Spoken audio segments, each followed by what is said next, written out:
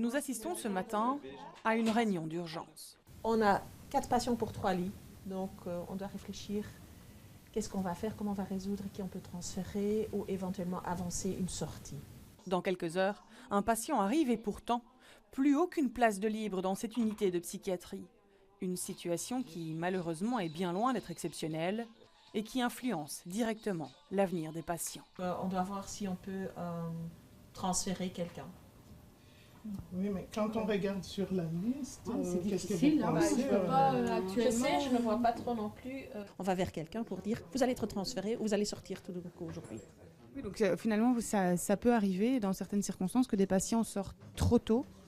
Oui, ça arrive malheureusement régulièrement. Et c'est le quotidien de Gert depuis des mois. Son unité est complètement saturée. Aucune rotation n'est possible. Pour nous en rendre compte, Gert nous emmène dans une des chambres dégradées.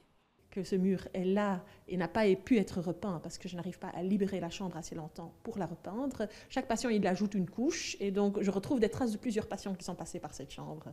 Car dans ce quartier de l'hôpital de Bruckmann, les patients sont hospitalisés contre leur gré. Ils n'ont pas choisi d'être là et sont donc souvent agressifs.